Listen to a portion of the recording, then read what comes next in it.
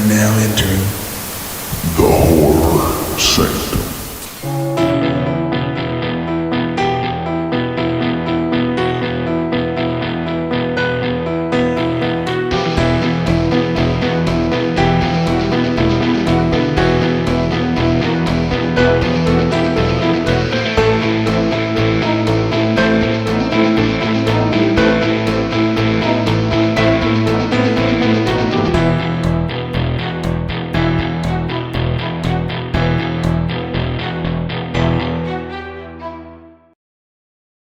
Hello and welcome back to the Horror Sanctum. I'm Jay with John and TJ, and we are once again joined by a very special guest, Mr. Nathan Baesel. Nathan, welcome, and thank you so much for taking some time to join us. If you recall, a couple weeks ago, we did an episode on the film Behind the Mask, The Rise of Leslie Vernon, which starred Nathan himself as Leslie. After we did that episode, we got to talking, like, man, we should have contacted him or someone else from the movie and like, hey, come talk to us about this. But we didn't. But then John took the initiative, reached out. So here we are now. And John, I'll let you go. Yeah, so thanks so much for joining, man. It's kind of weird talking to you because it's like, I know obviously you played a character in this movie, but it's like now I'm feeling like I'm Angela in the movie. It's like when she's interviewing Leslie. It's kind of a weird meta thing, but yeah, we love meta. I know, right?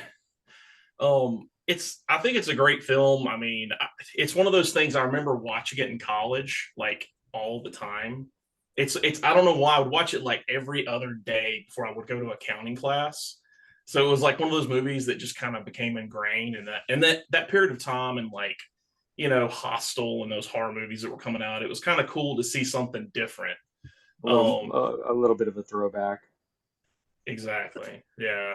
It's one thing I was wondering though with you. I was kind of looking in your background and reading about you, and it's easy to see that I presume you're a theater kid, right? Grew up into acting, theater. That's your forte.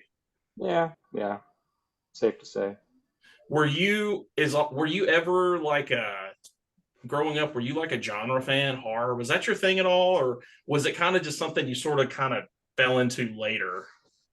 I definitely fell into later after the movie. I mean, I didn't mix with horror too much growing up. I had some formative interactions with it. Nightmare on Elm Street 1 and 2. I remember watching those back to back when I was a teen, and it really um, made an impression on me, and Exorcist. But in general, I would kind of stay away from horror movies because I have a fear of them, a healthy respect. Let's call it that instead. And no, I'm a fraidy cat. I'm a straight up fraidy cat, and I uh, have been, since doing Behind the Mask, felt more of a responsibility to learn about the genre that I'm supposed to be representing.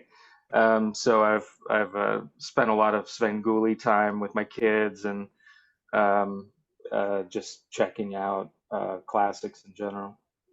Nice. Yeah, it feels like a lot of times the best actors for these characters are the ones who aren't necessarily into it.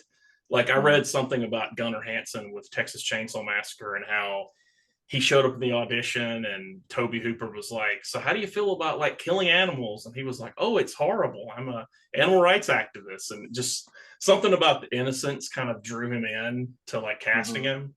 So it's kind of funny just seeing that because with Well, I actors. could see that because I think that the tendency of actors when you're reading a script about somebody who goes and does horrible things Mhm. is to play a menacing, horrible person, and I think it's counterintuitive, but far more interesting to go the other way. Definitely, definitely. So I guess with the movie, there's a lot of stuff we're going to ask, of course, but I wanted to definitely hit a few behind the mask questions. With the character of Leslie, it feels like, and I just wanted to get your interpretation when you read the script. it feels like the movie is, he's putting on the false front of being kind of fun and outgoing. And the mask is kind of, that is the mask, right? Like we were talking about Batman off air. Like the mask is he's fun and kind of goofy. And the real Leslie is, when he's serious and at the end, what happens. And especially the scene that's interesting to me is when he confronts Angela in the van after she speaks to Robert Englund's character. And it's like that sudden, he like gets her against the van and confronts her. I thought that was just a very pivotal scene in the movie because it's like you're seeing like a glimpse of the character. I just wanted to get your opinion on like going through that. What was that like trying to figure out how you bring that character out in like certain increments through the film? Um, well, it's interesting that you said that Leslie is the mask, but I disagree in the sense that I feel like what I was allowed to do was to be very much myself Mhm. in those scenes, in the mask off scenes, the documentary scenes. I was able to be very me, and I was able to be also very responsive to the people around me, and there was a lot of um, possibility for back and forth and engagement, and Angela emerged in the process as being somebody that um, I, developed a great fondness for.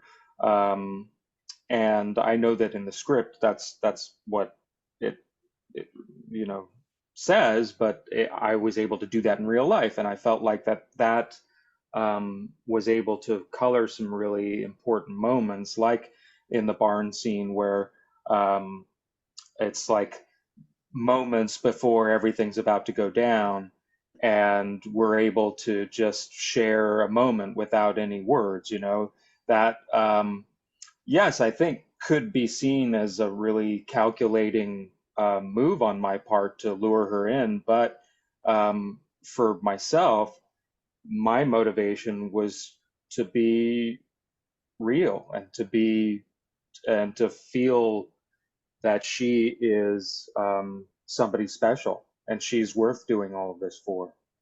Um, I think that, yeah, mask on and mask off, that's all part of Leslie, but I think mask on and mask off is who we are in real life. Hmm. Definitely. It's it's interesting with the interactions in the film, and I used to act some years ago, extra work, did stuff. I was in a horror movie. I played Slender Man, so I always was into like the improv stuff, kind of ad libbing improv. With that movie, and especially some of the stuff you did in that movie, like for instance, when you kind of, I guess you could say, attack Angela, like you grab her. Is that something that before the scene, are you?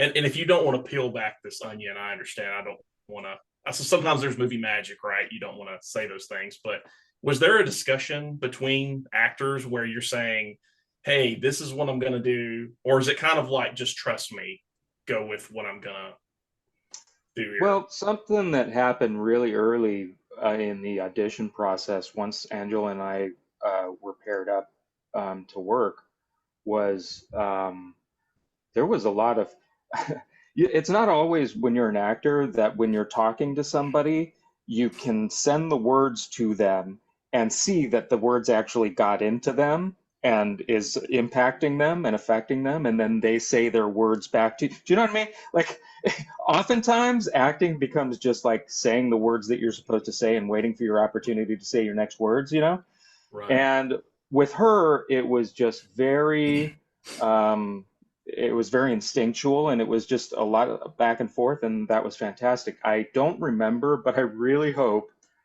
um, that we did have a little check-in before we worked that scene to see where each other's, kind of red lines were and stuff like that. I'm not sure that happened, but I if it didn't, I hope that the only reason why was because we had no idea where that scene was going to go until we worked on it together. Interesting. Yeah, I mean it's great. I really do think it's I think the film itself just works. It's kind of a I don't think it's wrong to say it's a modern classic. It's, you know, it works on everything it's trying to do. One of the things I really liked in the movie, and I know Jay was going to ask about this too, Scott Wilson, his character in the movie. Uh, there's there's something I'd read about, and I'm sure you've probably heard this, but there was always a rumor that his character was supposed to be the killer from Black Christmas, Billy. Was that discussed, or is that just like an internet rumor that kind of goes out It there? was discussed. I've heard since David Stevie, the writer, talk about how that was an idea that he was playing around with. I don't know the extent to which it informed his writing of the character, but at least it helped him with some sense of backstory. Yeah. Um, so, yeah, if that's a conclusion that people, draw, then it's probably helped. It didn't help me. I didn't have any frame of reference. I hadn't seen the movie, so, um, but yeah. Yeah, it's a that's the one part in the movie that's really kind of like pulls you right in, is when especially when you're in the kitchen with him and they're cooking and he's chopping the vegetables and he just eviscerates them all of a sudden. That's like very I always notice, like in that part of the movie, it's like you immediately go from this is fun to oh shit, no, these guys Right, are right. they're killers. They don't, take this lightly. Oh, that's why we're here. Right, Right. right. These are mass murderers. Okay. But When they're not busy winning folks over with their charm and they're killing people. no, exactly. Um I've got a lot more I definitely wanted to bring up, but I know Jay, you had some stuff you wanted to ask specifically about the movie, I think. Well, yeah, since you already mentioned Scott Wilson, one of my big questions is a lot of people like myself, we've seen him for years, but we really didn't meet him until The Walking Dead, I think, when he played Herschel. So I was just curious how he was on set. Like, he seems like a very genuine, sweet person. And I was just curious if that is the case or not. Of course, you probably wouldn't say otherwise if it wasn't, but um, that was just something I was curious about. Yeah, he was really something else. Yeah. He uh he was a amazing human being, an amazing mentor, and an amazing actor. And he brought all of those qualities um, with him to our movie, grace our movie with his presence, and yeah,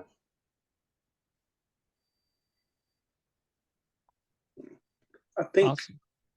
oh, sorry, go ahead, TJ. No, you go. I was my other major question I had was, I think the movie now has become a cult classic. I think Shout Factory's re-released it, repackaged, and all that. Was there any inkling at the time you guys were making this film that it's going to resonate to people, you years later, and that you were in fact in the middle of this soon-to-be cult classic at the time? Did that resonate with you? absolutely, absolutely. I think every single person involved felt like we were this had the potential if we all did our job and that was hard to do. I mean, it was hard conditions to pull off. We were biting off a lot um, to try to knock out the production with the budget that we had, with the time constraints that we had. Um, it was it, it was definitely an uphill climb, but it felt like this script is awesome. This script is amazing. This script is the reason that people like Robert Englund and Scott Wilson and Zelda Rubinstein are jumping on board. Um, yeah, obviously, we're paying them their quote, but they could pick from any number of projects, and they're making their time available for this one specifically because they see something in it, you know? Um, so I think that, we all did everything that we could to try to pull off something. And then after production was over, everybody was just crossing their fingers that it didn't get killed in the edit bay. And fortunately, um, it took some re-edits, but they arrived at something that I think was a pretty elegant solution for all of the. Um, it was, I mean, it was. We had no, like I said, we had no room to maneuver, and there were so many time constraints that, we. How do you salvage footage when you have shot a whole sequence and the whole thing is based on a gag that doesn't end up pulling off? We can't pull. There's no time to pull off the gag. Right. What do you do? And I think we were fortunate to have in Scott Glosserman somebody who was able to build a team of folks who were able to make the most of what we had and salvage footage from the cutting room floor in order to build sequences that end up turning out like something that's really reminiscent of those movies that we're celebrating in the first place, those late 70s, early 80s slashers that had the same money and time constraints, had to pull off gags that didn't have time to come together. And you know what I mean? we ended up, unwittingly making the kind of movie that they were making. Yeah, I had a question. So is the time constraints and that kind of thing, did that inform the reuse of a lot of like you called in this movie, you kind of called the shots of what exactly you're telling them how the whole end sequence is going to happen, and then they use the same frames for when it actually happens as when you're telling them it's going to happen. I didn't know if that was like a budgetary time thing or if that was always conceived as the plan. Yeah, I think it was always conceived. I think there was a mindfulness that we were going to have to try to remind people with that 35 millimeter footage, that cinematic format, that we're in a movie within a movie kind of concept. And so those moments where there's a crossover effect, like when we're in the library for the first time and we start, I think that's the first. No, the movie starts. The movie starts with a film sequence with Kelly bringing out the trash to the garbage and the music and all of that stuff. So yeah, it was important to reinforce that reference throughout. So it was always preconceived to kind of do a combo just to add to the meta effect of the 35 Yeah. millimeter on film, and then Yeah. I assume you're shooting digital video the rest of it. Yeah. Very cool. Which was really interesting to act for both of those formats because it's a much different performance for both, obviously. Definitely. It's, given the popularity now, and I know this is a whole other thing, there's been the whole talk of sequels for this movie forever, and I know there's been a lot of up and downs in the comic book, things like that, as far as associated with the movie. Is it something that you would want to do at this point, or do you kind of look at it like, I don't want to touch something that's that pure? I wonder, just your standpoint as being the lead.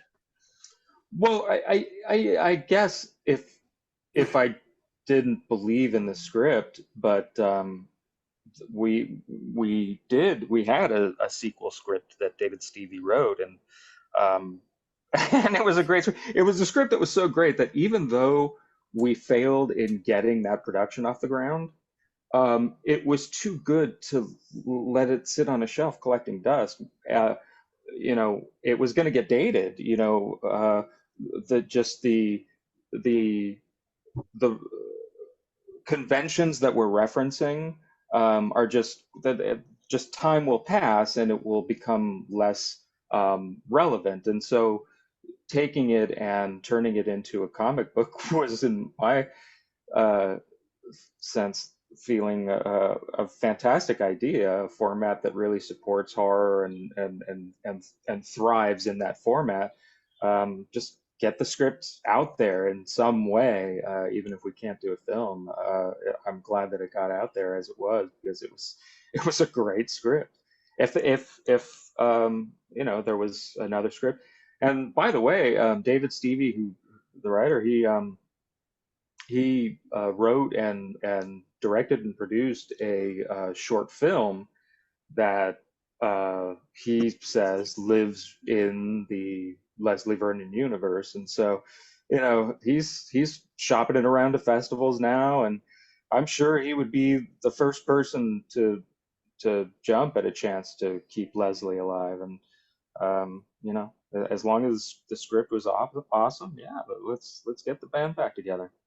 Is this Wait for It? Because I saw he had written Yeah. that. That's the one. Okay, cool. Yeah. Awesome. Yeah, so request it at request it from your local festival. Request all your fans to request it at their local festival. Definitely. We have a big one here. It's a Nashville Film Fest, and that would be awesome. I think there's a lot of that would be huge. I know there's a lot of fans of the movie, and they would be very welcoming to that. One thing I did wonder too, just in general, is looking at your career and kind of reading about what you had done. Do you have a preference as far as like a first off, I guess film versus stage acting, but also is there a dream role that's kind of been in your mind since you've been an actor? Is there ever anything that's kind of like I guess your white whale that you always want to be able to portray in a movie or a play? Well, I missed the boat on Hamlet. I don't think I could get away with pulling that off at my age, but I've always come back again and again to Long Day's Journey into Night. I missed the window on the younger male character in that, but I played an older brother in that, and I'm looking forward to someday being old enough to play the father in that. I feel like I'm still about a decade away, but yeah, I think that's something I'm definitely looking forward to. Awesome. And also, I know the guys probably have some more questions, but I did want to talk about the fact that you are an acting coach. You teach acting classes, so I just wanted to, hear about that and what all you have going on with that right now. Yeah, it's been going great, and we've been. It's called Breakthrough Acting, breakthroughactor.com. We've been in LA for the last year and recently branched out to Orange County. And so we've got both locations going. And yeah, the ball just keeps on rolling, and the classes keep getting better and bigger. And yeah, so I'm thrilled with how that's going. It feels like what we're doing is really speaking with people and making an impact. So that I'm thrilled to continue doing that. Do you have a specific acting method, like the Meisner method or something that you ascribe to, or any combination of things that you like to incorporate to teach your Yeah, I've students? assimilated a bunch of stuff. At this point, I don't even know where I got, everything. But yeah, I've picked up pieces of what works from, I call it breakthrough acting because it's built on my breakthroughs that I've had throughout my training, throughout my career, throughout my teaching career.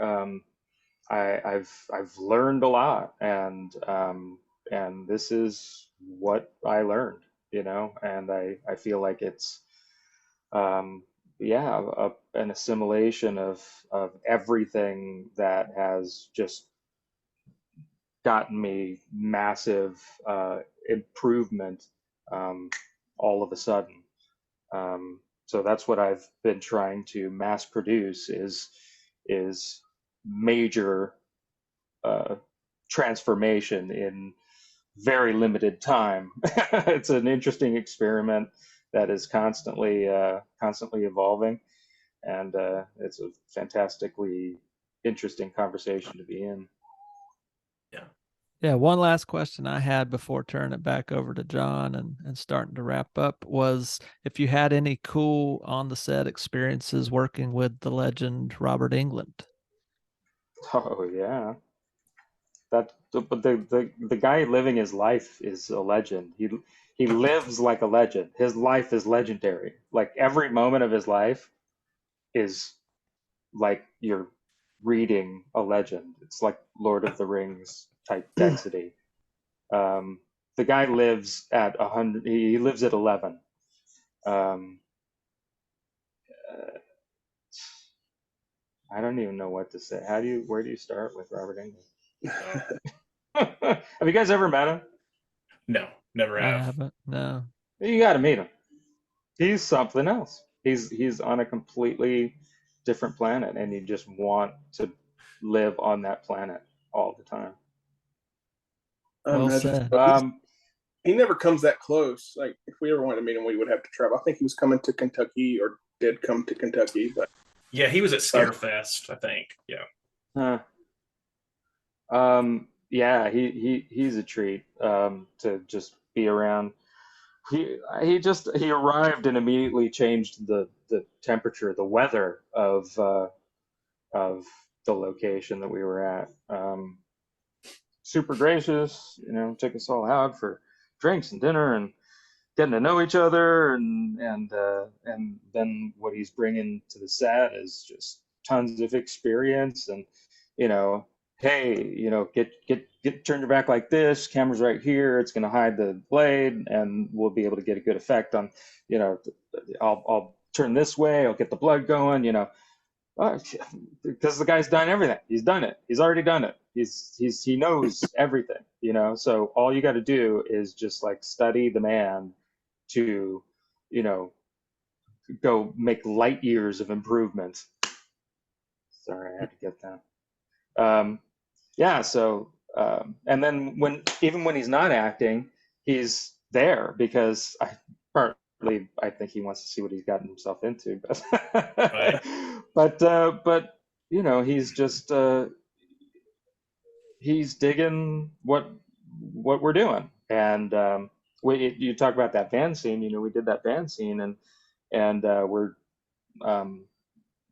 doing a reset on camera positions, and he pulls me aside, and he's just saying the most complimentary stuff after having watched what is arguably one of the most I don't know, dramatic scenes of the movie, and it's all mask off stuff, and he's giving it his seal of approval.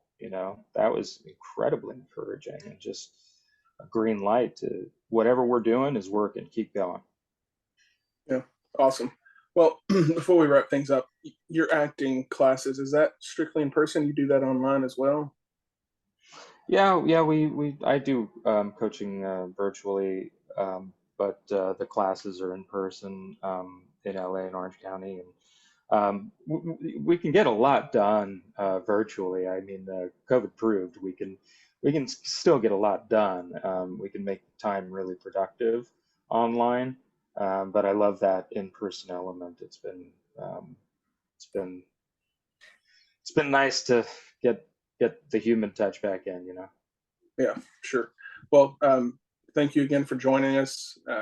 Thank everybody who tuned in. Be sure to check out Nathan. You have a link on your Instagram or anything for your acting classes and things like that. We'll share it as well on our end.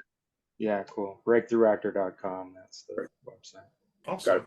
Awesome. Thank you, Thanks so guys. much for your time, Nathan. Yeah. Thank you so much, man. And also, Jay, I realized that I didn't. You were asking about more about Scott Wilson, and honestly, I can't really talk about him too much. So I hope you understand. It's completely. Understand. And like even when I asked, I could tell the temperature changed slightly, and I completely understand that. I couldn't even imagine knowing the man. I cried like a baby on The Walking Dead, so I couldn't even imagine, knowing him in person. Yeah, Yeah, definitely. completely understandable. No worries there at all. He was really something else, Yeah.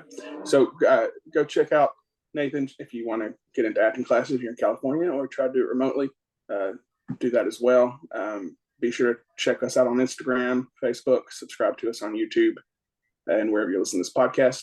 And so on behalf of John, TJ, Nathan, and myself, until next time. Keep it spooky.